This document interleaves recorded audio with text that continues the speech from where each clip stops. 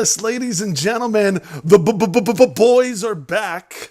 Oh, what it do? I am your reigning, defending, undisputed predictions champion for AEW and WWE for now. For now. We're gonna. Sounds gross. It just sounds gross. You know what? Bad taste in my mouth. I gotta be able to fix one of those things today, and I will have the chance to. Here it is, BMAC. Yeah. Here it is.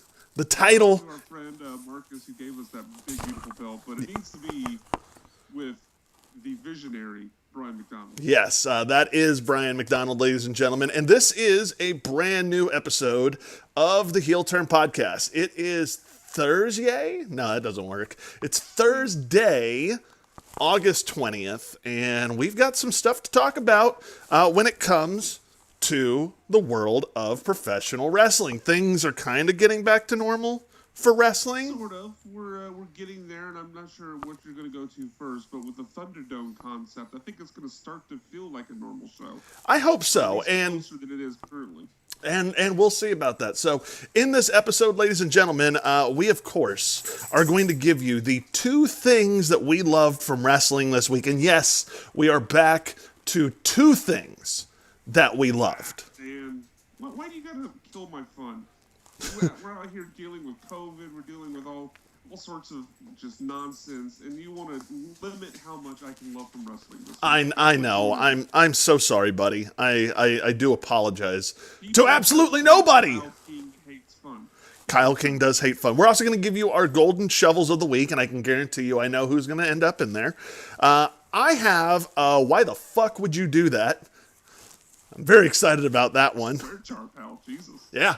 We're uncut now, baby. Now that we don't have these shackles, now that we don't have the shackles of a radio company behind us or the promotion or, name recognition, but now that we don't have that, now that we're on the internets, we can say whatever we want. We're also going to give you a What's the Word today. We're going to play that. That's a fun game. But let's start things off how we do each and every week with the wrestling news and rumors and gossip that is going on in a segment we like to call Clean or Botch. And BMAC, I want to start with this one.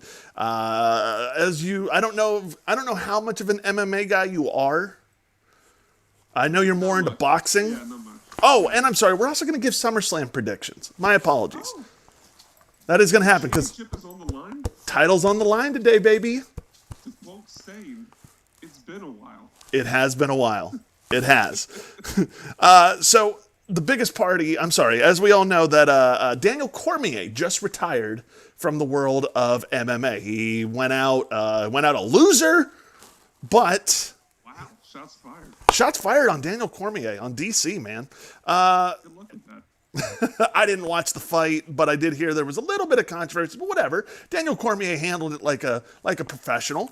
But Cormier is now retired, and look, he has been very vocal about wanting to, go to WWE, like a lot of these MMA guys. Like, that's kind of been the trend the last, I would say, 5 years, where if you've done well in MMA and you're done with it, you're probably going to end up on Vince McMahon's payroll. But Cormier, per Dave Meltzer on Sunday night's Main Event podcast, says Fox wants him on SmackDown commentary, but Cormier wants to be a performer. Now, is this something that you care to see, BMAC, Clean or Botch, on Daniel Cormier joining WWE?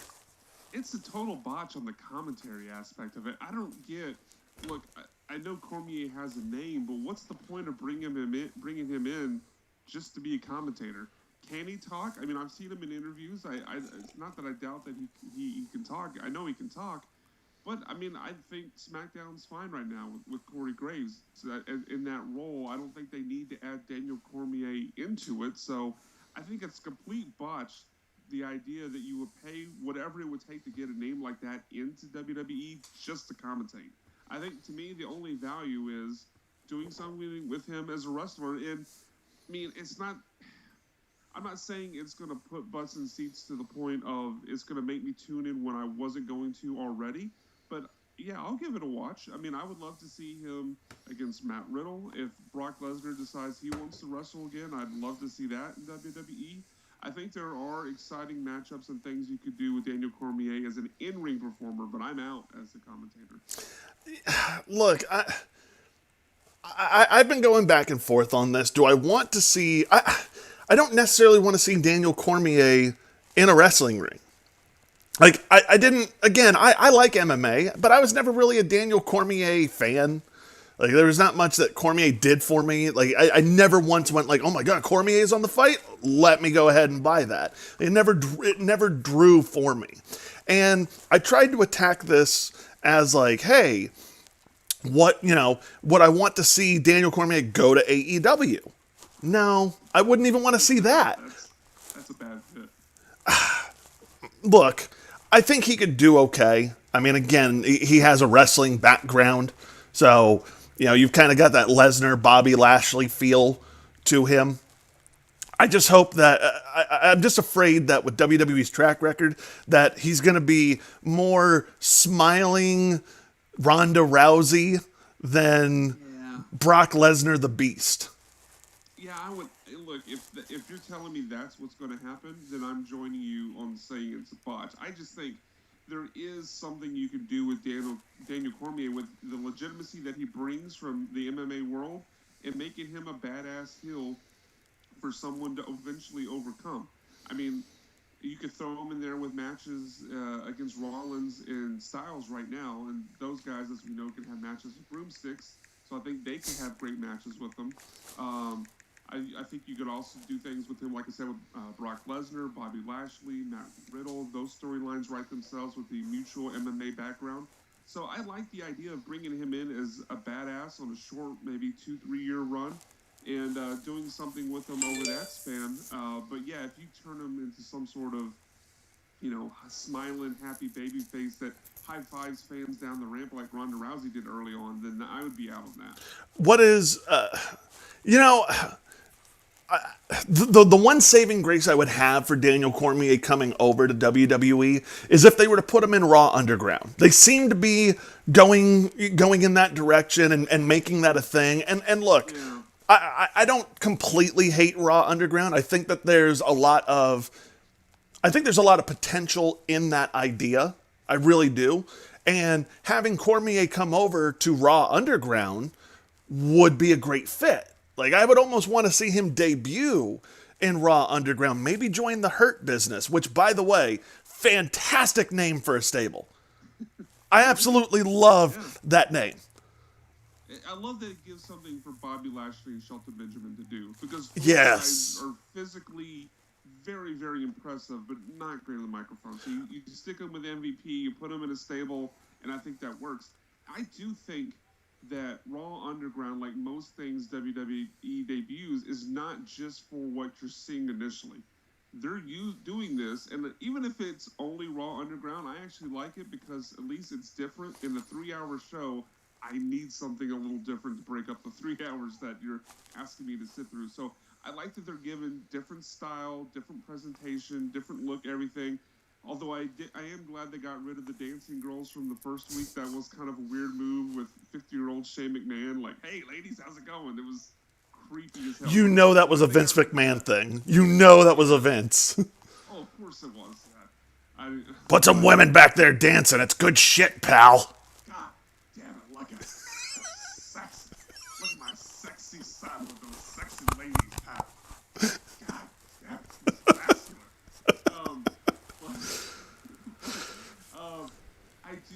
I do think there's value in it with Raw Underground, even if it's just Raw Underground. But most things in WWE like this are usually done to debut somebody or debut an idea or concept. So I do think there's, if this is what's the odds, I would say it's better than 50-50 that Raw Underground was put in place to eventually debut Daniel Cormier. And like I said, and to your point, I think that'd be a great move if they did it that way. And before we move on, I'll make this last point. I will give credit where credit is due. Oftentimes, look, I haven't really been paying much attention to Raw and SmackDown. The product hasn't been good.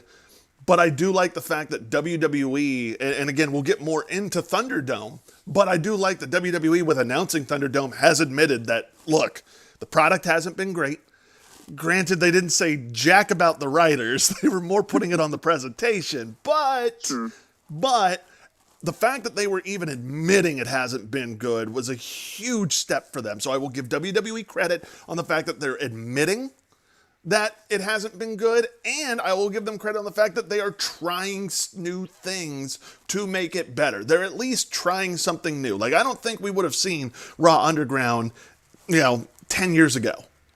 No. I mean, I would have to say, I think technically they're still PG, but I think they're willing to open up to the idea of getting a little edgier. And they have said when they went to Raw Underground and with Retribution, which has its own ups and downs, that they're trying to get back to a more 90s style of what you've always asked for, gang warfare. And they're trying to kind of get back to that style. So it's hits and misses. It's certainly had some flaws, but like you, I give them credit for with Thunderdome, with Retribution, with Raw Underground. At least they're trying something and admitting that the product right now needs improvement and needs new ideas. The first step is admitting it. And shout out to Freebirds for Life. Brian, he's on Twitch watching. He even said put Daniel Cormier in Underground. So I like it. We're all in agreement here. Moving on, as we all know, the biggest party of the summer. Hottest party of the summer, pal. The hottest spot of the summer is this weekend for WWE. SummerSlam is happening, and they're selling virtual meet and greets, B-Mac. Virtual meet and greets for Seth Rollins, Drew McIntyre, Keith Lee, Braun Strowman, and Bayley. Like, those are really good superstars. Yeah, that's a good list. Right. Like, it's not like they're trotting out. Champion. You got your WWE champion, your SmackDown women's champion, the Monday Night Messiah. Champion. Yeah, Monday Night Messiah. So there's a lot of good there, and it's not like they're trotting. It's not like they're trotting out, Lindsay Dorado or Grand Metalik. Yeah. But these virtual meet and greets will be $125. Okay, like that's understandable. I get that. I think that's what they would charge in person, right? I don't think that's out of bounds as far as what they've charged in the past. I believe so too. But would you like to know what you get for this $125? Hold on, I'm going to write this down. I've got a full sheet of paper here. I'm going to write down everything you say. Okay. So on this video chat, it will be recorded, and it will be sent to you so you can have it. Oh, you get to keep it for prosperity's sake. You do get to keep it. And that entire conversation that you're going to have with one of those superstars? Probably like 5 minutes, right? 10 minutes? 2 minutes. Oh, 2 minutes. 2 minutes. Oh, interesting. So how you doing? Okay, that was great. See you later. So you get 2 minutes. You pay $125 and you get 2 minutes with this superstar. Now that obviously sounds like, holy crap, they're charging $125 for 2 minutes. That's the immediate takeaway that I think everyone's going to have.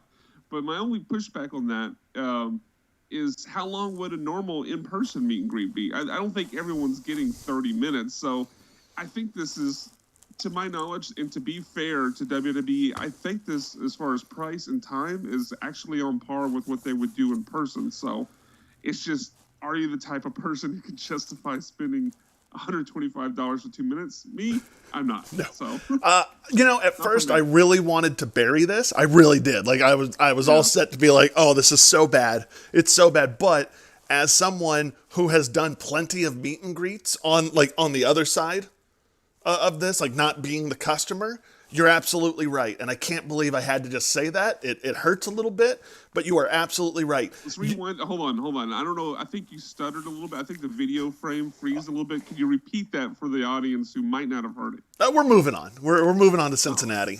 We're moving on to Cincinnati. All right, thanks, Bill. But no, like that's pretty much what it would be if you were in person. Like I remember I went for WrestleMania. I went to WrestleMania Access, and I did one of the meet and greets, and yeah, it was about 2 minutes long. With who? Kevin Owens. Okay. Damn it. Okay. Well, let's get to the next part of this. But like I said, it was very much on par. Like we showed up, I went up to him. Hi, Kevin. How you doing? Oh, I'm good. Hey, man, really appreciate all your work. Love your stuff in ROH, this and that. Oh, yeah, thanks, man. Appreciate it. Sign. Have a great day. Yeah. Like, that's pretty much what it is in any walk of life. Anytime you do a meet and greet, like, Couple words, a picture, and an autograph, and then you're on your way. yep, absolutely. I mean, hell, radio contest winners doing meet and greets don't get that much time. Like, I have literally been at radio station meet and greets where we have qualified winners and made a big deal about it, and they do it literally in groups. And the way it goes, if you've never been a part of a meet and greet, 90% of these meet and greets all go the same route. You get everybody together, so you have like 10 winners, you bring them back, and then the PR guy for the artist comes over and says, okay, here's what's going to happen. You are going to step up. You are going to tell them hello. You are going to give them whatever you want to get signed. Do not make eye contact with said artist. They will lash out in anger and violence if you make eye contact. We didn't get only green M&Ms, so they're a little touchy today. If you put food within arm's length, you will have fingers bitten. Right, but it's pretty much a cattle call. Like, they literally tell you, like, hey, you're going to step up, you can talk to them a little bit, but keep in mind, we do have a show we're about to go and do, so we got to kind of... They always set boundaries, and they set time constraints, and Yep. The PR people usually lay that wall down before they even get there. So, I don't think it's actually out of bounds. I mean, it's not something I would do, but $125 for 2 minutes is, unfortunately, I guess I would say, in line with what else, what they would do normally. Hey, look, and if you have that disposable income right now, like, if you have that, go for it, man. Like, who am I to tell you? If you have that disposable income, sponsor your boys at the Hill Turn Podcast. Please. Like, Yes. who am I to sit there and tell you how to spend your money and your time? Yeah, no, I'm 100% with you. Even if I had that disposable income, I don't think I would spend it on that. I would spend it on other things. But look, if that's you, go for it, man. If it makes you happy, live your crazy dream. Quick question. If you were, like... who is the superstar in all of wrestling, okay? Just all of wrestling. Who is the wrestler you would spend $125 on for a 2-minute conversation, and what would you ask them? See, man, you stole my thunder. Like, if I got to have a longer conversation, I'm not going to give a top 5, but I'm just saying if I got to have a longer conversation, it'd be Cody Rhodes, just because I think he's got so much to talk about with growing up with Dusty, growing up with under the shadow of his brother, coming to WWE, leaving, going to the Independents in New Japan and Ring of Honor, starting his own company. But you can't really cover that in 2 minutes. So, right. 2-minute conversation. You've already said his name. It's Kevin Owens. Because for me, Kevin Owens seems genuinely. I know he's played a heel for most of his career, but he genuinely seems one of the most authentic and nicest guys in all of professional wrestling. And I don't know if it's the body type, but identify with him too. So, I would like to have a conversation with Kevin Owens, also a wealth of experience because of his trips through the Indies and Ring of Honor. And you'll probably call me out for this, but I know he has cats. I would probably ask him about his cats. You would. Because it's a 2-minute conversation. What else? It's not like you're going to get into a deep philosophical debate. You're not going to be able to cover his entire history in pro wrestling. I mean, you can go, hey, what's your favorite match? What's your favorite opponent? But he's been asked that 1,000 times. Go and ask him something that he hasn't been asked about. And I would ask him about my cat. I'd probably show him a picture, and we'd have a laugh for a minute and a half and take a picture and be on my way. I have 2. I'm going to go a little B-Mac-ish here. Oh. I have 2. Oh. I have 2. You're stealing my gimmick, man. I know, gimmick infringement, baby. That's what I'm all about here. 2020 is about. Here's what I would do. Number 1 would be Orange Cassidy. That's a good one. Yeah, that's a good one. I wouldn't even have to ask a question. If I was doing the top 5, he'd be on there. Yeah, I wouldn't even have to ask a question with Orange Cassidy. I just, like... Because he wouldn't answer it, unless you asked him about the rising sea levels. Then Well, he would answer it. I mean, and I've already got the answer to that. I already know his thoughts on that, That's true. But the other guy would be Matt Riddle, and I would just ask if he wants to smoke a joint. There you go. And then that 2-minute conversation would turn into like an hour smoke session. See, you're trying to cheat the system, and I appreciate that. Hey, don't hate the player, hate the game, all right? I just work on the confines of the system. I would go last in that meet and greet and be like, yo, Matt, bro. I got a baggie. We're going to pick this up. I just hope you guys have a conversation like in basketball with the word dude, but with the word bro. Oh, You already entire know. conversation is just the word bro. You already know. You already know, bro. You already know. B-Mac, you want to play What's the Word? Let's do it. All right. What's the word? In an interview with the Pop Culture Show last month, Goldberg, everybody's favorite wrestler, everybody's favorite wrestler. People have been saying it. I would not pay $125 to be Goldberg. I'm just putting that out there. It's good to know. Goldberg revealed his contract status with WWE, and doing the job for Braun Strowman at Mania 36 was not the end of the line for the Hall of Famer, apparently. He said, I'm contracted with WWE for the next 2 years through 2022 and 23. I've got 2 matches per year. So what's the word on 4 more Goldberg matches? Take Me Now 2020. I know that's more than one word, but good God. It wasn't bad enough that he nearly killed The Undertaker. He wants to come back for more matches? No, I don't get it. I mean, look, if they want to do something like they did with him, I guess it was SummerSlam 2 years ago where he squashed Dolph Ziggler. I mean, I don't get much out of it, but okay, that's fine. But if he is involved in any major storyline, has a match longer than 3 minutes, or God forbid they put the title on him again, I'm gonna lose my shit. Look, the one and only time I've canceled the WWE Network was when Goldberg beat The Fiend for the title. So it's clearly this is a trigger for me, it's very much a trigger for you, and I think I might have to stop watching wrestling for a while, to be honest, if that happens. Man, if they involve him in a major storyline and put the title on him again. You know, and that's my thing. Like, look, 2 years ago when he had that match at SmackDown, you remember I was very adamantly against it leading up to the show. I was like, it's not something I'm interested in. It's probably going to be my piss break match, you know.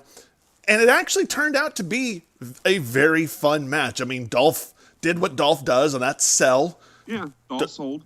Dolph sold. And I really found enjoyment out of the whole, like, Goldberg just being like, all right, let me go back in, give another spear. Like, I liked that. It was entertaining. And if you've gotten, like, one of the sayings in wrestling is, if you've gotten over before, there's no reason you can't get over again. He has been entertaining in spots. He has been. Yeah. Like, I have no doubt that there are fans that would want to see it. And again, look, if that's something you're into, by all means, have fun with it. And I'm not going to tell you you can't like it. I'm just saying, for me, I'm going to skip it. But I do agree with you. The Dolph Ziggler match, because it was literally 3 moves, and all 3 moves were the spear, and I guess he probably did a jackhammer in there as well. It was fine, but if you veer outside of his wheelhouse, out of those 2 moves, out of 2-minute matches, you're going to have things like happen with The Undertaker, and I just don't want to see it. Well, and that's what I was going to say, is like, if you're going to give me something like that, like, if you just want to make him part of the show, I'm good with that. Like, that's fine. There's no issue there. If you just want to make him part of the show, and you want to bring him out, and you want to trot him out there, and you want him to, you know, go deliver some jackhammers and some spears, well, maybe not the jackhammer. Let's kind of put the jackhammer away. No. And I think, like, here, I'm just. But I'm with you on the fact of, like, hey, if you want to make him part of the show, cool. Just don't make him don't put him in a main event storyline. Yeah, don't make him the show. Make him part of the show. I mean, I think people would be fine with seeing him beat the crap out of Baron Corbin for 3 minutes. Yeah, I would be fine with that. I like when Baron Corbin gets beat up. Yeah, I like Baron Corbin. Yeah, I do too, but I think the fans would react to that. Baron Corbin seems to be one that can get heat no matter what, so. Absolutely. So what is your word for him? Oh, that's right. Take Me Now? Take Me Now 2020, yeah. Yeah. Mine is very similar. Mine is it 2021 yet? But in this case, is it 2024? God, yeah. I thought the end was when he put the title on Braun Strowman, but I guess not. So I don't know. I'd be interested to see what WWE is paying for that, because and then to see too much. Well, yeah, and not only to see what the payment is for him to do those 2 shows a year, but then also see. I'm sure they can look these numbers up on the network, but see if there's an increase in viewership when he's on the show versus when he's not. So, and I don't know. It doesn't seem like it's. I would guess it's not something that's paying off on the investment, but maybe I'm in the minority and other people disagree. And here's one of the things that this is one of the things that annoys me about WWE. I was just talking about, what I've enjoyed about them trying and this and that. But this is what pisses me off about WWE is you're paying Goldberg for 4 matches over the next 2 years, yet you went and got rid of the Good Brothers. Yeah. Like you're telling me you couldn't have... like Zack Ryder, you got rid of some talented guys. Right. Like you're telling me you couldn't have done anything with the actual talented guys on the roster and, but no, let's go ahead and keep Goldberg around for a Saudi Arabia match and one of the big 4. Yeah. It makes no sense to me. That's what it is. It just doesn't. All right, I don't want to talk about Goldberg anymore because I'm starting to feel the anger sharks swimming. So let's move on to a segment that we bring out every now and then. Look, there's some times in wrestling where things happen. And look, we understand that you have to suspend your disbelief. But there are just some times that something happens and you just have to ask yourself, why the fuck would you do that? And in today's... So you have something here. Do what? You have something here then for that. I do. And it involves one Randall Keith Orton.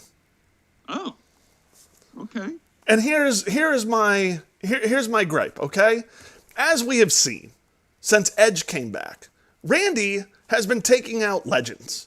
He took out Edge. Yes. He took out Christian. Some would call him the Legend Killer. Correct. He took out Edge. He took out Christian. He took out Ric Flair. Then Shawn Michaels gets in the ring, and he takes him out. If you're a legend, why the fuck would you be going up against Randy Orton right now? I think I'd be staying clear of Monday Night Raw until this whole thing just sails on past. At no point, if I'm a WWE legend, at no point am I getting in the ring with Randy Orton solo or otherwise. Yeah, and I'll take it a step further. If I'm a WWE legend, I'm putting a restraining order, making sure Randy Orton has to stay 500 feet away at all times. I mean, he took out Shawn Michaels this week. I mean, come on, what? Jimmy Hart didn't want any of this? Well, no. The honky tonk man is busy? You know what? I would like to see that. I actually would love to see that. I would love to see that, actually. You know what part I think I actually enjoyed the most of this? And I think I've been on record multiple times on this podcast, and I've loved what they've done with Randy Orton these last couple months. But I think my favorite part his promos have been week after week on fire.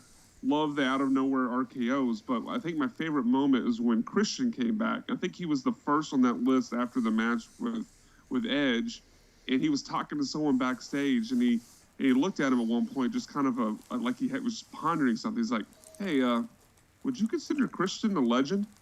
And whoever he was talking to, he's like, "Yeah, I think he would be in that category." He's like, "Okay," and then walked away. I can't wait till. The nuances of this character that they're able to do and how Randy Orton delivers it have been fantastic these last couple months. I can't wait till we get super meta and Randy Orton realizes that he is a legend and he has to take out himself. Yes.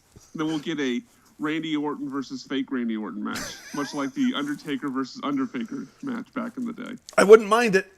I'll tell you that. All right. Do you want to do SummerSlam predictions or do you want to do golden shovels?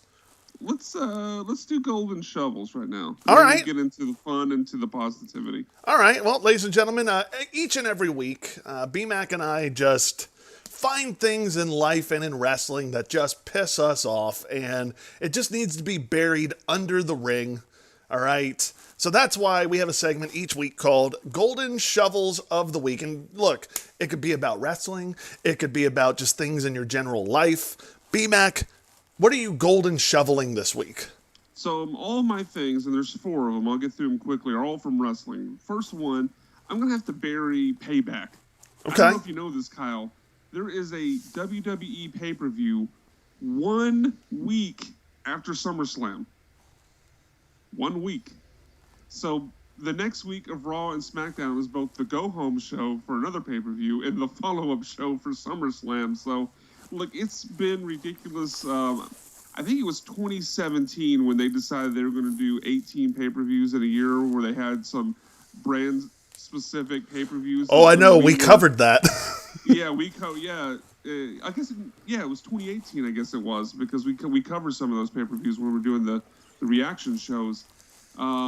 And it's just, look, there's not enough time to build storylines, and it's bad enough when it's one a month. It's even hard to build storylines when you have 4 to 5 weeks to build those storylines for the next pay-per-view. But that ship has sailed. We know they're not going to less than one per month, but having one week later, it's a little weird. I don't get the point of that. The only point of that, and it's something that I've seen speculated, is they're going to have something so big, or a storyline so big that happens, a storyline that they have to, at SummerSlam, that they have to follow up on it immediately, which, okay, one, I don't believe that there's going to be something so big that they have to follow up on it. But even if it's true, you can't follow up on Raw or SmackDown, whose ratings are failing. Are you ready? Give them a boost. Are you ready for it? Sure. Here comes my prediction on what's going to happen. Hit me. All right. Randy Orton. If you say CM Punk, I quit. Phil Brooks. No, Randy Orton defeats Drew McIntyre at SummerSlam, Okay. puts him out of commission, and at Payback, Ric Flair challenges for the title. He's going to win, which is then going to set up my WrestleMania match of Hogan versus Flair. Two 70-year-olds duking it out at WrestleMania. Tell me I'm wrong. Go with that is if we move WrestleMania up into 2020, because that's a very 2020 match. It is, and well, it could happen. We could have a surprise Mania. You never know. We could have another Talking Shop of Mania. Hogan versus Flair could happen. Talking Shop of Mania, by the way. I watched it. Amazing. Freight Train's not selling shit. And Chavo narrating his beatdown. Yeah. Was awesome. The guy that was playing the Ric Flair impersonator just carrying the headlock throughout the entire paper. Woo! Woo! Yeah. Anyway, so my next thing, Retribution. And I'm not bearing Retribution as a group because I'm willing to give it time and see how this goes. Although I haven't really liked it a lot. You're like, oh, this group is hell-bent on getting Retribution and Payback for whatever things they're mad about. And they're going to do so by flickering the lights a little bit. It's just weird. But the specific thing I wanted to bury this week was the only part that I remember, and I was watching the Hulu broadcast, so maybe there was some parts that they cut out, but the only parts I remember from Retribution this week was at the top of the show where they were in the TV truck and it cut off Drew McIntyre's promo. One, McIntyre was delivering a great promo. Impromptu, why the fuck would you do that? Why the fuck would you cut off a great promo from your WWE champion for a group of a faction where we don't know anyone in the group? Well, isn't that kind of what heels are supposed to do? They're supposed to take away what you want to see. True, but I mean, I ask the question where, when I try to think about booking, a lot of times I think about where's the money? What makes the money? Your money's with Drew McIntyre. Why would you cut him off? Second part. Well, hold on. I agree with you. Your money is in Drew McIntyre, but isn't your future money in the success of this group? I mean, they're making a big deal out of it. Maybe we don't know who's in it though. So I mean, it's hard to even say. I think this is why I've been giving Retribution a pass on a lot of stuff, is because I look at this more in terms of the long-term booking. You know what I'm like, and you know me. You know I love. And look, I'm talking specific to this week. I'm with the idea of trying Retribution. I just didn't like what they did this week. Ask if Retribution is right for you. It's not the Dark Order, but so they follow that up. They cut off Drew McIntyre's promo. And they go inside the TV truck, and you see leading up to that, they're rewinding, they're throwing up different graphics, they're doing all these things. And it makes you believe, okay, Retribution's actually taking control of the TV truck and they're now running the board. But when you go in, it's just one guy waving a bat at someone who's not even touching the control equipment. And for the average viewer, that might not matter, but for someone who's worked in TV before, it's like they're not doing anything. They're not doing anything that would cause what we just saw. You're like my wife watching any medical drama. Yeah, like maybe so. Look, I realize this is a very specific and personalized gripe, but it's one that I have. My wife and I were watching some show. I forget what it was. It didn't last very long. We were watching some show, and the doctor's like looking at a chart. And this doctor's like one of these like fancy, like top of their, like a very well-respected doctor, right? And so she like looks and she orders them to do these like 2 tests. And my wife goes, pause it really quick. And I do. And she goes, rewind it. And I do. And she listens to it and she goes, wow, they just used the fancy medical terms to ask for blood being drawn out of the left and right arms. And I was like, oh. I looked at her and I was like, you shouldn't have told me that because you totally just ruined it for me. Kayfabe, bro. Kayfabe. God, medical people. Yeah, I just thought Retribution was a big swing and a miss this week. Just the TV truck. I like the ideas, but I think they got to come up with better ideas. The execution's a little off. Yeah, especially with half the gimmick so far is literally them been flickering the lights. Yeah. It's just like, well, I don't know. It's a little let me introduce you to a character called the Fiend. Man, that's apples and oranges, but I'm going to move on. The next thing I want to bury is just the misuse of Shayna Baszler, man. We were at an NXT show, I guess it was April 2019, both cheering for her because in NXT, in that presentation, she was perfect. She's just an absolute badass. You knew what her motivation was. You knew what she was there to do. You didn't have to suspend disbelief because she was a cage fighter in her past. Everything fit. All the puzzle pieces fit. And now they're almost seemingly trying to make her a babyface. And with that, they put her in a tag team match with Asuka taking on, I guess it was Sasha and Bayley. Who it was doesn't matter, but I believe it was Sasha and Bayley. And they put, not only did they put Shayna in the spot of having to be a babyface against Sasha and Bayley, but they put her in the spot of having to make the hot tag, which she has never, correct me if I'm wrong, Shayna has never been in the spot of having to make the babyface hot tag and come clear the ring. And it showed because she was thinking out there. It was clear she didn't know what to do next. Like she would do the clothesline. She'd start to run to the ropes and then turn around and run back. She was out of her element. She was out of her comfort zone. It's not her character. And the misuse of her character make her a badass heel. That's what she is. This is not difficult. This is not rocket science. This is not a character you're like, man, what's your motivation? What should we do? We know who Shayna Baszler is. Just do it. On this show particular, I know you and I have always expressed our admiration and desire for wrestlers to be multifaceted. Like we especially love guys and girls who can do both, who can be a heel and who can be a babyface. And we very much, at times on this show, have said, you've got to be able to do both. As much as we love The Miz, he's not much of a babyface. But to be honest, there are just some times where it's like, not everybody has to be that way. Some are just better being heels, and some are better just being baby faces. Or, in Shayna Baszler's case, Shayna Baszler just needs to go out and kick ass. Yes, exactly. Not everyone has to be a 5-tool player playing both ways. Right. Some people can just be good at catching touchdowns, and they're good at it. Let them go catch touchdowns. Yeah, nobody looks at a receiver and goes like, "Man, you are a fantastic deep threat who gets behind the defense and makes spectacular catches." But we want you to be more of a slot guy. Yeah, exactly.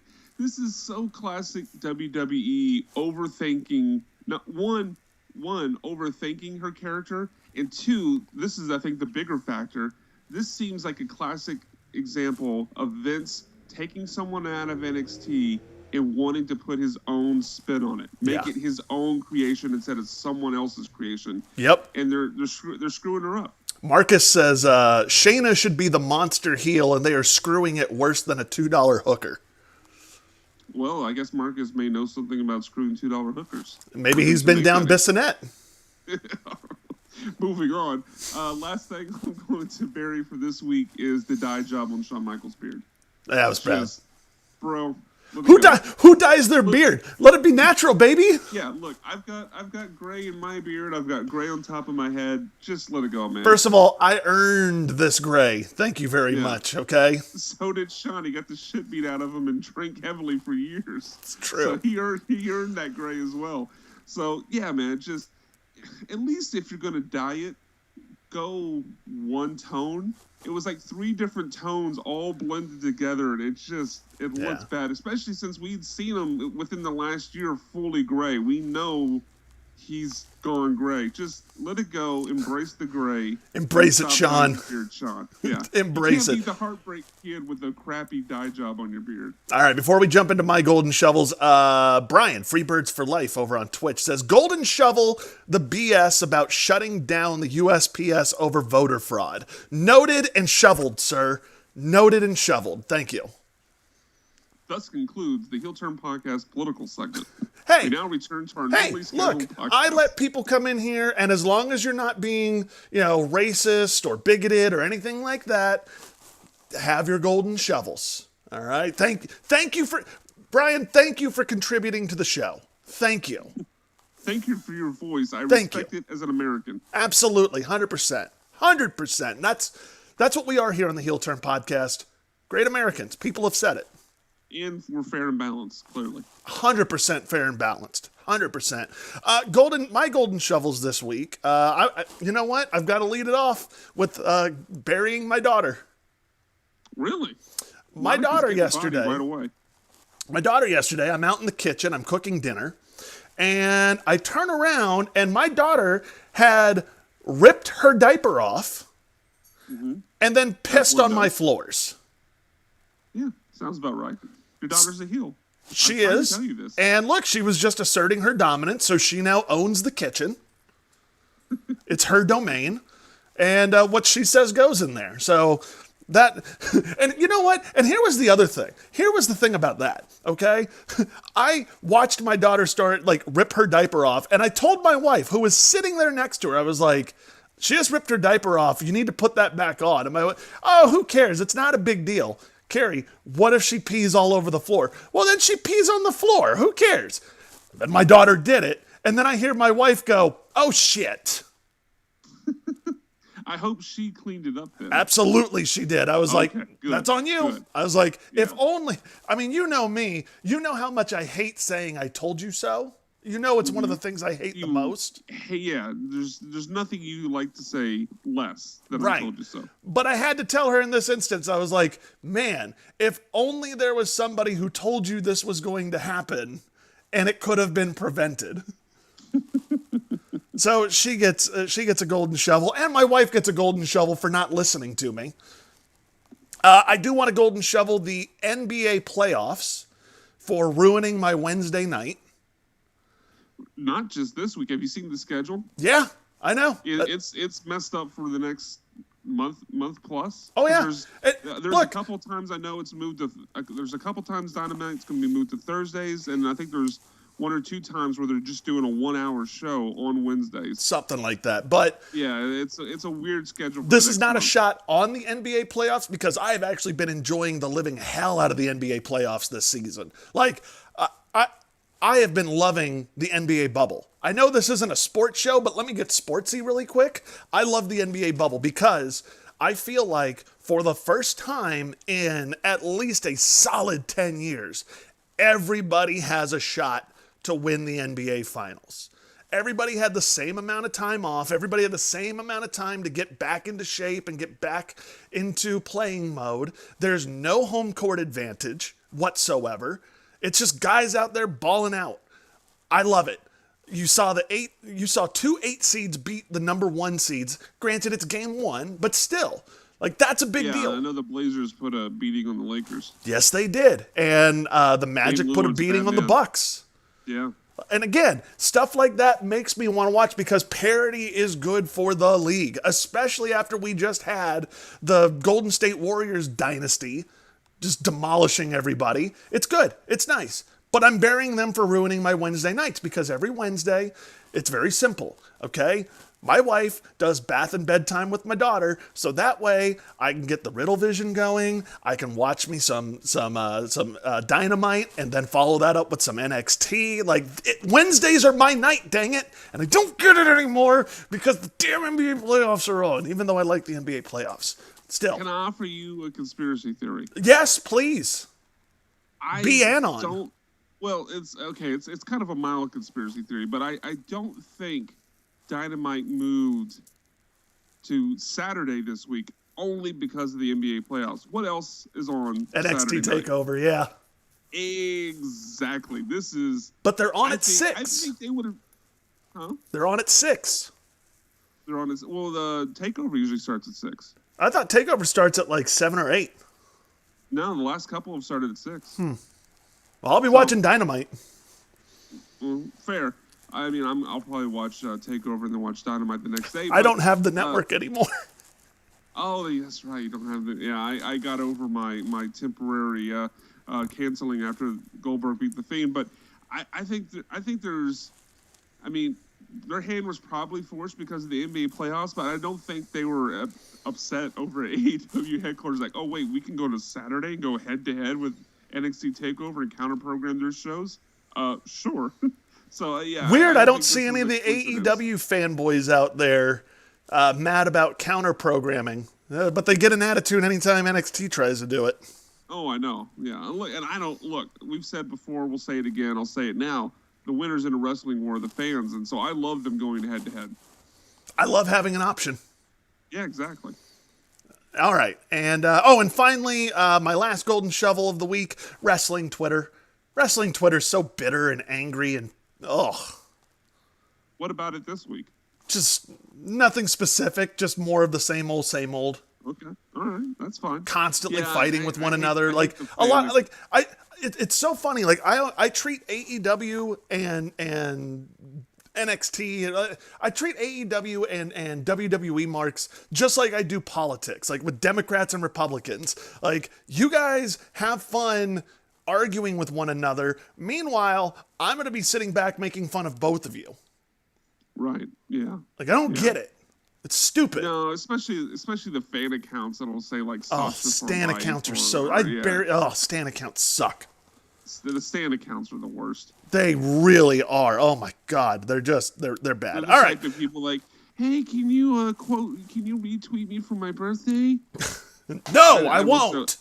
I wish those people fell off a bridge. Hey, B-Mac. Oh. Hey, B-Mac. There it is. My precious. I want it back. Mwah! It's mine. It's mine. I'm coming to the house in a couple weeks for All Out, and I will be getting that beautiful title supplied to us by Marcus back in my possession. Just remember, I also have the Money in the Bank briefcase. That's fine.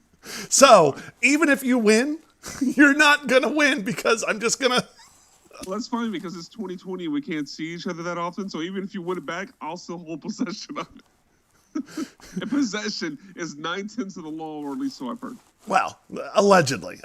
So let's run through this SummerSlam card. We are going to do predictions, and I'm going to be honest. I haven't been paying attention to Raw and SmackDown just because, again, it hasn't been a good product. Now, I'm not saying I don't know what's going on because, to me, WWE at this point is like a buffet. I'm just picking and choosing the things that I like and following that. So I'm not entirely up to date on everything. So this should be interesting. So are we doing 3, 2, 1 for this? No, we'll go. I'll let you go first. I'll let the challenger go first. Oh, you'll let me go first. I will let you go first. And then steal my thunder so you can cherry pick which ones you want to disagree on. We'll see. Champions. Not we'll see. That's exactly what will happen. Champions advantage, my friend. If you were one thing, you were calculated, my friend. You never missed the opportunity to take an advantage. I don't blame you for it, but it's still happening. There's two things people have called me, or there's two things people have said about me. I'm calculated, and I have blue collar charisma. Clearly.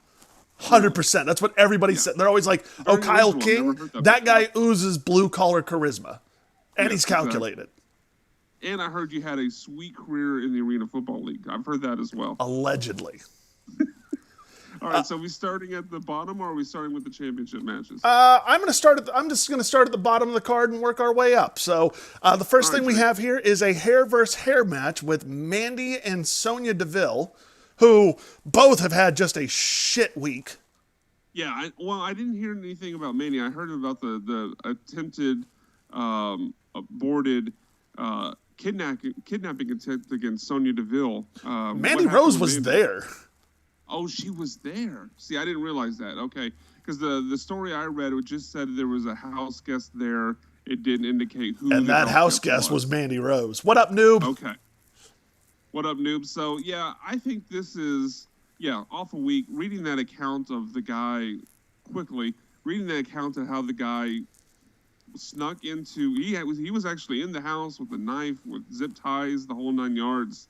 Scary as hell. And hopefully he's locked up and away from anyone that he could cause harm to. But it's just another reminder not to get serious for a moment. But when people try to dismiss Twitter trolls as just Twitter trolls, sometimes those people will act on those things, and you have to take them seriously. But back to the fun, back to the match. Hair versus hair, Mandy and Sonya.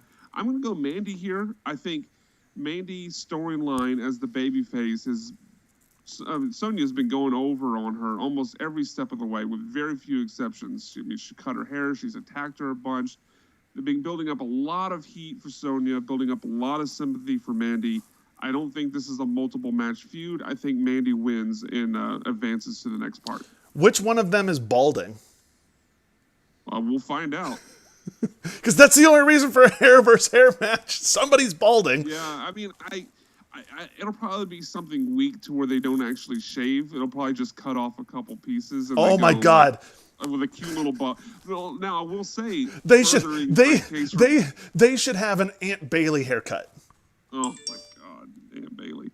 But they should. But that's exactly what will happen. It's not that they're going to cut all their hair off. They're just going to cut a little, and they're going to have some sort of short haircut. Oh my God. They should get the Bailey cut, and then they should start like a Karen faction. Just calling the cops on the Hurt Business for reasons. For reasons. Walking into Raw Underground and just calling the cops. Oh my God! Can you just see Aunt Bailey and Karen DeVille just in the back calling the cops, being like, "There is a black man I have never seen in my life. That's Bobby Lashley. I don't care who he is." Very, very menacing backstage. I don't know what is here. I don't know what he's here for. I don't know his intention, but he looks menacing. Ma'am, that's Cedric Alexander. That's Shelton Benjamin. He's been in the business since 2002. I'm gonna go with you on this one. I think Mandy wins. Same reasons. Yeah. Like Sonya's just been going over on her. Look, I don't really care for this match. I don't care for seeing the match, but like if I see it, like I think it's an interesting concept. I like the fact that they're doing the stipulation, but it's it's not my favorite. But I'm gonna go with Mandy as well. Mandy's gonna win this one. Then we have a street fight between the Monday Night Messiah, Seth Rollins, and Dominic Mysterio. Yes, not Ray. Dominic Mysterio. B-Mac, who you got? First, quick credit for, I don't know if you saw the pictures, but credit to Dominic for taking the kendo stick beating he did, I guess it was 2 weeks ago. I don't know if you've seen the pictures of the welts and scars and bruising that he got from that beatdown, but holy crap, he took a beating. But yes, he did. Unfortunately for Dominic, I don't think he's getting revenge here. I'm picking the Monday Night Messiah, Seth Rollins. I know it would seem to be an obvious choice to have the babyface go over to kind of conclude this storyline, but I think the babyface going over is not going to be Dominic. It'll eventually be Rey Mysterio, his father, and I can't imagine for the guy who's won a major title, each of the last two WrestleManias, and hell, even going back 3 WrestleManias, who won the Intercontinental title, WrestleMania 18, a guy that's at that point of your card, that important to your future, you're not going to have a 19-year-old kid in his first WWE match beat him. I know it's got the street fight stipulation to help out if he does win, make it a little more excusable, have the chairs and the kendo sticks involved. But I think Seth Rollins goes over. Yeah, I think Rollins is going to win this as well. Same reasons you just laid out. It's simple, and plus, in what world does Dominic in his first match come in and beat the Monday Night Messiah? I mean, like, look, I don't really think Dominic's a prodigy and lighting the world on fire. No. So if he were facing, I don't want to throw anyone in specific about, but someone low on the card, they're like, okay, I could see that guy's not super important for the future or even in the immediate future. I could see, let's give Dominic a win over that guy, but it's Seth freaking Rollins. Yeah. He's not beating Seth Rollins. Then there's a U.S. title match. Now that we're getting into the title matches, Apollo Crews getting some SummerSlam shine, taking on MVP for the U.S. title. B-Mac, who you got? Apollo retains? I don't know. I could really see this going either way. I don't have a strong feel for it, but Apollo hasn't had it for that long, and MVP's not. I mean, MVP's probably 50, late 40s. I don't see much of a reason for him to hold the title, especially since he's got the Hurt faction. I could see him giving him the title to kind of legitimize the Hurt faction group, or the Hurt business faction, that is. But I'm going to go with Apollo to retain. I am going to go with Montel Vontavious Porter.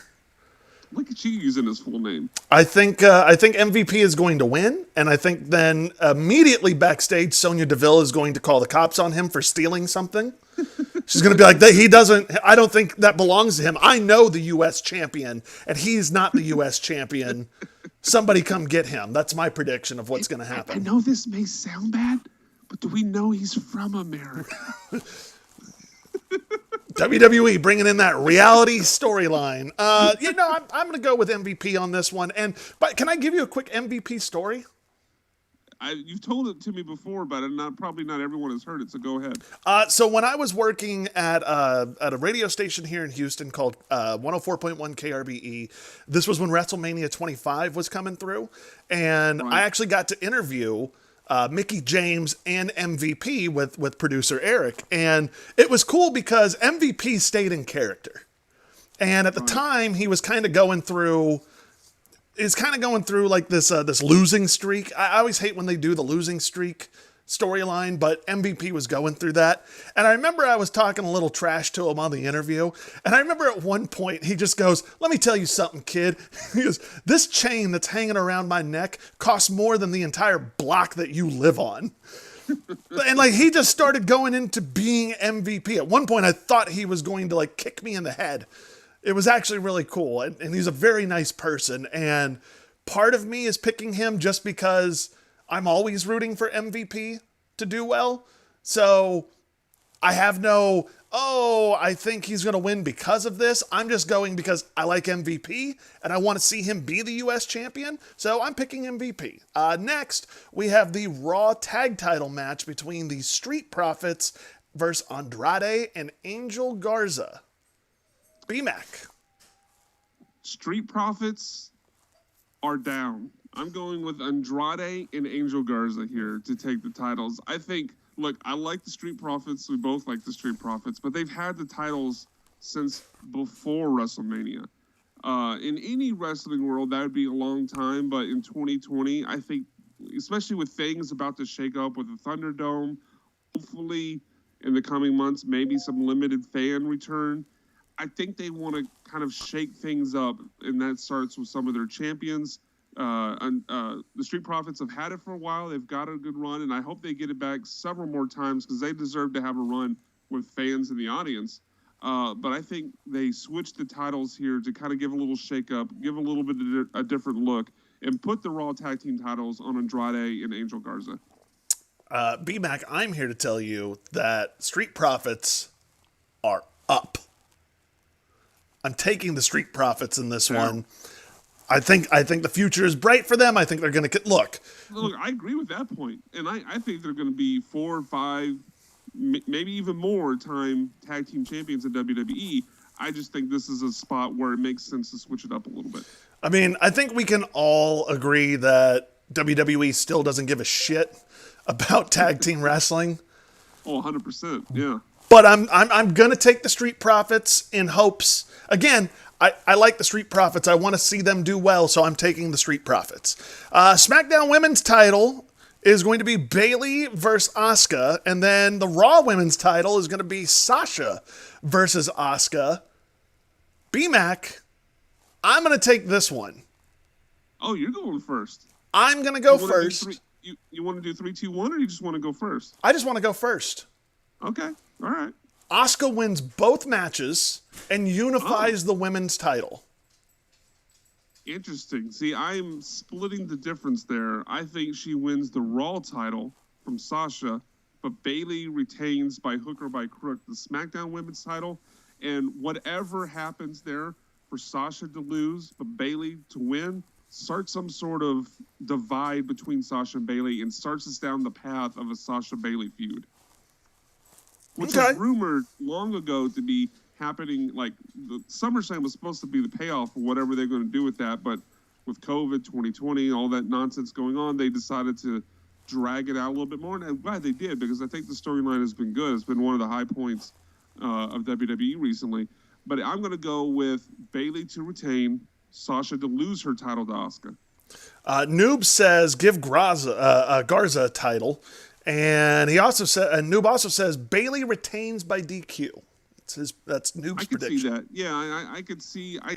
I don't see a clean win. Well, it'll be interesting to see which title goes first. I could see a scenario where Bayley wins by some sort of schmaz or retains by some sort of schmaz, and then Asuka gets the revenge in the second match to take Sasha's title, where Bayley's out there, tries to help her, but messes up, accidentally hits her or something, and then Asuka gets the win.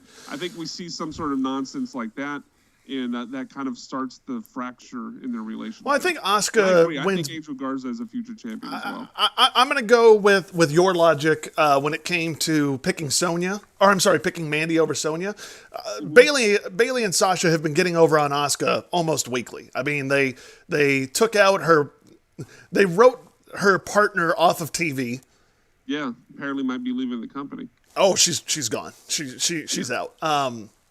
But yeah, they wrote her partner off TV. They took her title away from her not once, but twice. True. So I can just see Asuka getting that push again and regaining a little bit of street cred. I mean, how great would it be for the return of No One's Ready for Asuka by beating 2 champions in one night? I'm with you there. I don't see them. My only reason I go against that is I don't see them unifying the titles. But I think if we were like power ranking the 3 options, the lowest one would be Asuka wins neither title. I think she's getting one of them, and I just think she's winning the Raw title for sure. Sasha. I think keeping the titles separate by Bayley still retaining. I will agree with that. I think she's winning one of them, probably not both. But you know what? Screw it. I'm going to say she wins both.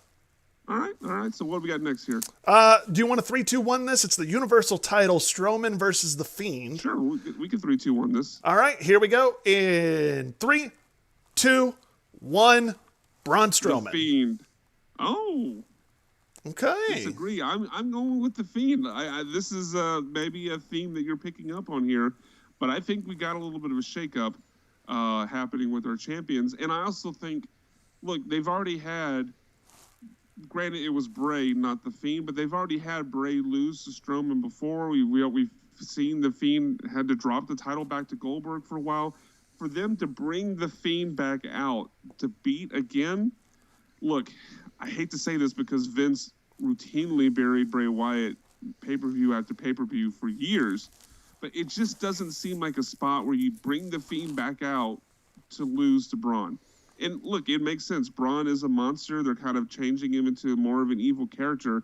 But I think this could also be viewed as something to where we've seen everyone that's come in contact with the Fiend has changed. When he would beat Seth Rollins changed. When he beat Daniel Bryan changed. And we've seen this, time after time. Hell, Finn Balor left and went to NXT. He changed and became kind of a heel. So I think this could be an example where they're almost role reversing. It's almost a Bret Hart Stone Cold double switch where Fiend, even though he's a horror character, and this feels odd to say, almost becomes more of the babyface in this storyline, whereas Braun, as we saw from the promo last week, has become evil. Yeah. It's kind of this double turn where Braun drops the title but becomes the evil heel, and Fiend becomes... I hate to even use the word babyface because he's not a babyface. He'll still act like a heel, but I think they're accepting the fact, like Stone Cold, like so many others, that even though he's a heel, the fans are cheering him, so we're going to put him on that side of the table, so to speak. So, long way of saying I think the Fiend wins the title here. All right, and finally, the WWE title is on the line. Drew McIntyre versus the Viper legend killer Randy Orton. B-Mac, 3-2-1 on this one. 3, 2, 1. Randy Orton. Randy Orton. There we go. Yeah, I same philosophy. I think Randy's been just white hot. His storyline has been the best thing to me, not only in WWE, but I think in all of wrestling for the last couple months. I really do. And Randy Orton's never been someone that's been my favorite. He's never been that high up for me. But I believe his storyline is great. It's believable. And I think there's obviously a storyline there with what we saw with Ric Flair getting closer to those 16 titles. I think they want to get him one more step close so they can do something more with that storyline going forward. And look, Drew, I think all credit to Drew. He's had the misfortune of being the champion during one of the worst parts of the business and since I've watched. I mean, the last 20, 30 years at least, one of the worst spots in the business that we've seen because of COVID and no fans in the arena. But I think he's done a great job as champion, and I think he should and will get the title back at some point. But I think they need to make some switches, shake things up a little bit, and this storyline with Randy Orton's been great, so I think they put the title on him. Yeah, I agree. I think they're going to put the title on Orton. Also, little conspiracy theory, little. Sure. Hit me. He's been on the latest BTE, which I know you didn't watch yet again, even though you said you were going to. On BTE, no, I totally watched it. Matt Jackson took a little run at Randy Orton. Oh, did he? What did he say? Was it the slapping thing? I don't know. It was something about like his matches being boring or long and drawn out or something. But anyway, he's had a little beef with people on NXT, Ciampa. He's had some beef with people in AEW, and I could totally see like this as like Vince's way of being like, yeah, keep going after him, put the title on him, see what they can say now. Hey, demo god. Would you say it was Matt or Nick Jackson? Matt. It's certainly not the first time I've heard that criticism that Randy's matches are boring, and sometimes they are. I mean, I can't disagree with that completely, but I would say the matches sometimes that we see in AEW, to a lesser extent NXT and the independents, where they literally start with high spots 30 seconds into the match and do it the entire match, that's boring to me. So it's it's all a matter of preference and taste, but I prefer that a little bit of a old school, slower style and pace. So and look, even without that, Randy's character's been on fire. I think it's time to put the title on him. And I think it's now time that we transition into how we end the show each and every week. We want to end on positivity. So each and every week, B-Mac and I find 2 things, just 2, all right? 2 things that we loved from wrestling this week. B-Mac, what are your 2 things? So we just talked about them, so I'll say them quickly. One of them was I loved Randy Orton attacking Shawn Michaels. It's just that storyline has been great, and Shawn deserved it because his dye job on the beard is awful, so he deserved to be punted. I liked everything about it. I think it fits the character. It was not shocking, but it's still kind of a what the F moment when you see Shawn Michaels come back to get punted in the head. So I enjoyed every part of that. And then also enjoyed the go-home segment on SmackDown for Braun Strowman and The Fiend, setting up what I think will be a double turn. Braun coming out with the shaved head, giving the different look. Alexa Bliss coming into the ring, confronting him and slapping him like a dozen times, trying to snap him out of it.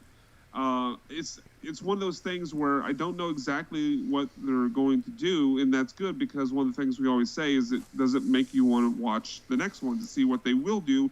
And it does. I want to see how they change The Fiend, how they change Braun Strowman, where Alexa Bliss fits into all this, because she seems to obviously be trying to snap Braun Strowman out of it with their previous relationship in the mixed tag team challenge. But also, she seems to be, in her backstage interview, sympathizing with The Fiend a little bit, like almost identifying it with it, like kind of taking an interest with them. So whatever they do here, I'm here for it, and I want to see what happens next. Nice. My two things that. Oh wait, I'm sorry. What was the other one? Oh, Shawn Michaels. Oh, yeah. Huh? All right, my two things this Shawn week. Michaels, Randy Orton, yeah. My two things is number 2, Taz on commentary. I like Taz on commentary. He can be funny. He can be self-deprecating. Was he on commentary on Dark? 'Cause Yes. Dynamite okay. He's also been doing a lot of commentary on Dynamite because Excalibur is, well, off TV for things. Yeah, I haven't looked up what he's off TV for, but I'm sure it's not great, Bob. So I'll just tell you, he used some racial slurs in promos back in the day. Again, So this wasn't a he recent thing. He pulled a Tom Brenneman?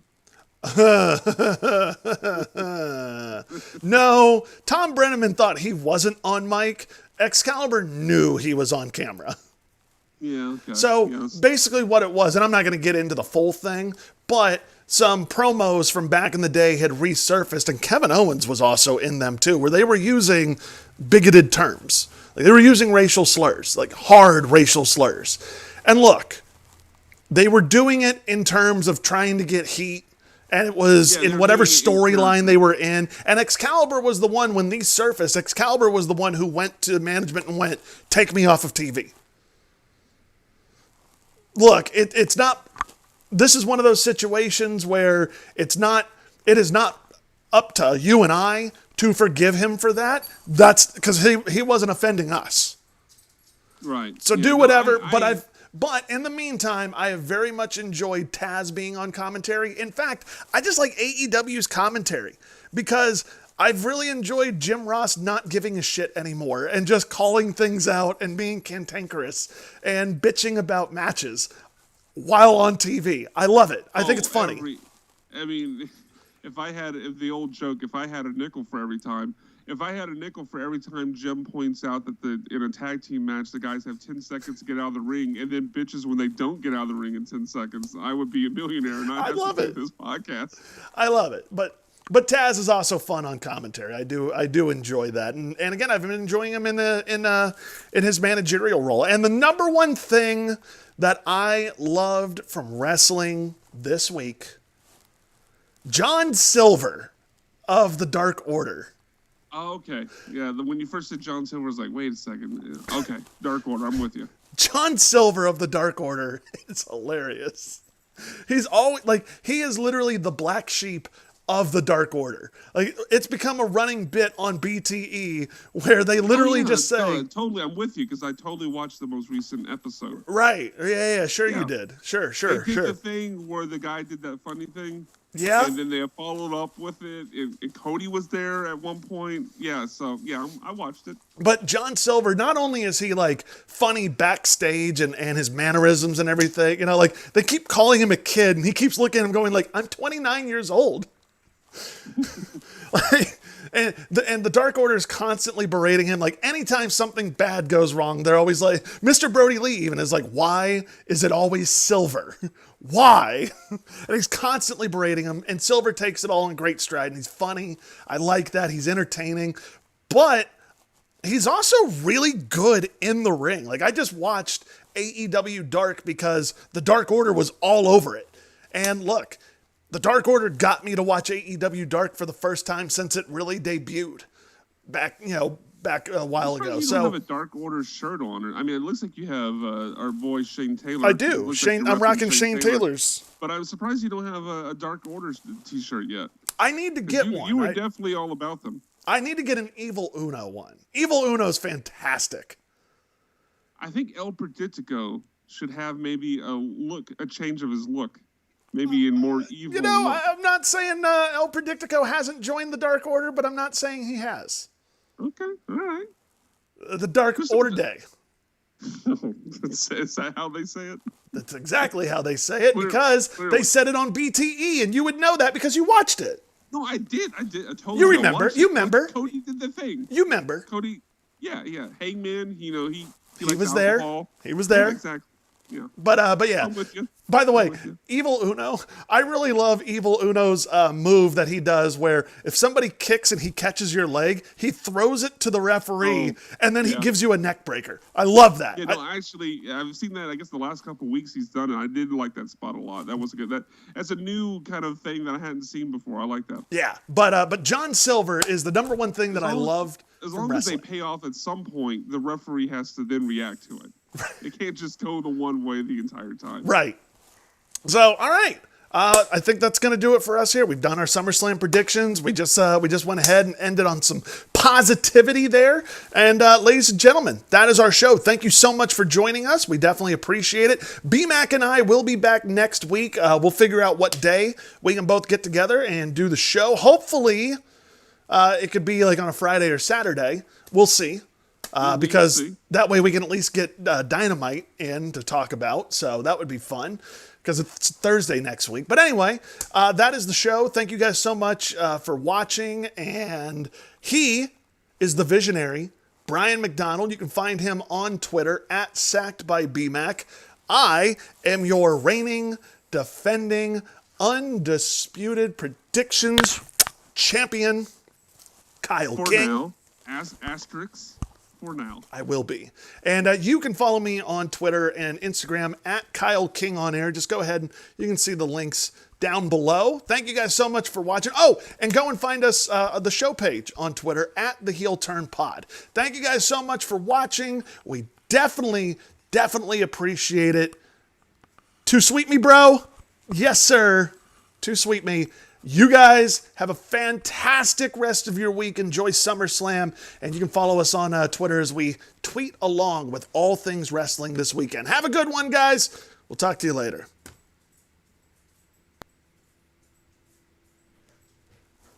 Cool.